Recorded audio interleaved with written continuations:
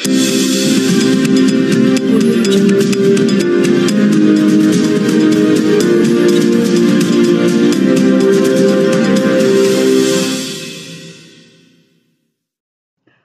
शहरातील चहाच्या दुकानाला शॉर्ट सर्किटमुळे लागली आग. मोठा अनर्थ टळला.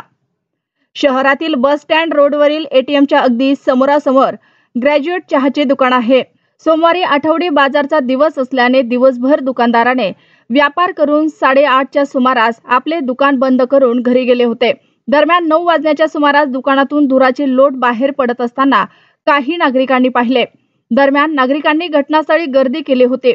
यावेळी काही जागरूक नागरिकांनी त्वरित पूर्णा पालिकेच्या अग्निशमन दलासह पोलीस तसेच महावितरण कंपनीला घटनेची माहिती दिली. माहिती मिळताच घटनास्थळी पोलीस व महावितरण कंपनीचे कर्मचारी घटनास्थळी दाखल झाले होते.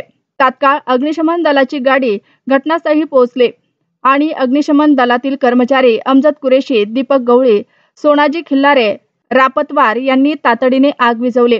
दरम्यान महावितरण कंपनीने घटनेचे गांभीर्य ओळखून तातडीने शहरातील वीज पुरवठा खंडित केला. चहाच्या दुकानात गॅस सिलेंडर होते, मात्र सुदैवाने यावेळी कोणताही अनुचित प्रकार घडला नाही. घटनेत दुकानदाराचे बरेच नुकसान झाल्याचा प्राथमिक अंदाज आहे.